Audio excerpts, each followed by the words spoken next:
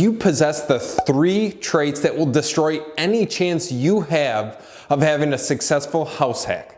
Now, if you want to learn what those traits are, watch and stay tuned to the rest of this video as I am going to dissect all 3 of them right now. So trait number 1 is buying off of emotion, not off the numbers. Now, as a real estate agent for the last 6 years of my life, I know this better than anyone that when it comes to first-time home buyers or even the second or third-time home buyers, it comes down to an emotional buying decision, not off the actual numbers. Now, when you're looking at buying a house hack, how does this differ? Well, with house hacks, it does and it should come down to how much financial burden is going to be relieved by purchasing an upper-lower duplex like this one, or a single family house that you can rent out the other bedrooms. So when you're going to look at property, when you're touring property to possibly consider as a house hack, you want to take into consideration what the legitimate rental amounts are going to be. So if it legitimately rents out for $900 a month, don't fudge that number and say, oh, well, maybe I'll get $975 because of the location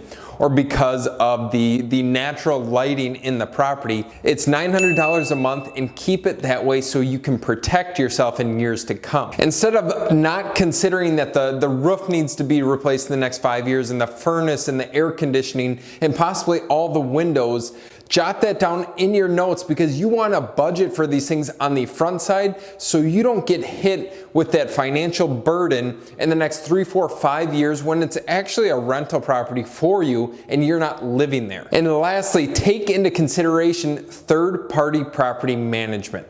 Now you might be thinking, Carter, I'm never going to hire out my management. I am always going to manage these properties myself, so I'm not going to do that. And I had the same thought pattern when we first got into the rental business, and now 2.5, 3 years later after we acquired right around 30 units at this point, I couldn't take it anymore. I hated managing our own rental properties, and that's why this one, we're having the property manager do pretty much everything when it comes to renovating and renting out this property. So trait number 2 is having a short-term mindset instead of a long-term investment mindset. And what do I mean by this? I mean that the extra money that you're saving, the $600, $700, $800 a month you're saving in not having to pay a full mortgage payment because your tenants are paying part of it. When you have a short-term mindset instead of a long-term one, you end up wasting that money. What you should be doing is saving that extra cash flow to then put into another rental property in the next 12 months.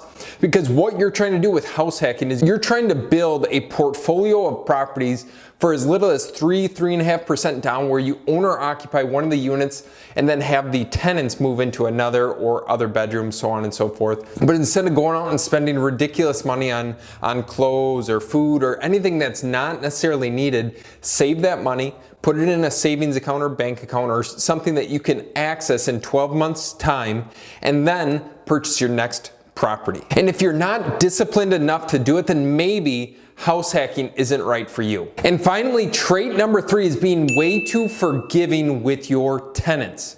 You cannot just give them a break on their monthly rent because they're nice people or you're a nice person. You need to operate this, your house hack, as a business. Now, what do I mean by this? When a tenant comes up to you, say they're a few days late on their rent, and they ask you, Carter, can you just give me a few more days and I will catch up my rent in full? And then you go 1 week, you still haven't collected anything. You go 2 weeks, 3 weeks, and you're already at the next month and you still don't have any of the previous month's rent.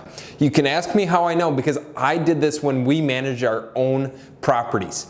And this is an issue that almost all landlords run into at some point because they don't want to be the bad guy. But when you're running a business, what steps in the process that need to take place is you need to have that initial conversation with your tenants that I'm living in this unit, I'm the owner of the property, you're living in some other unit or some other bedroom. If you do not pay rent, you will not stay.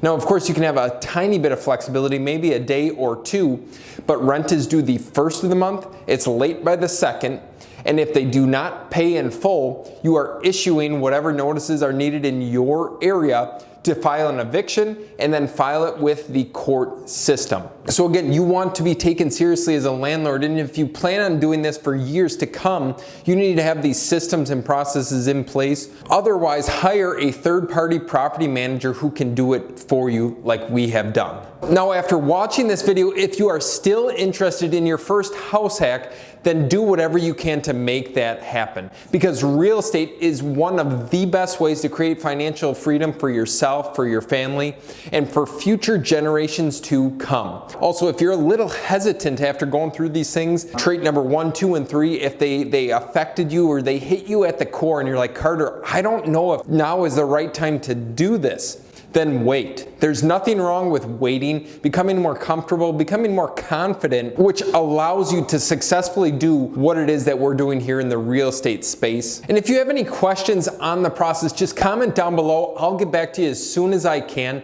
And if you want to learn how to acquire properties like this one, watch our video right here on how we bought this house as a hoarder house just a couple months ago.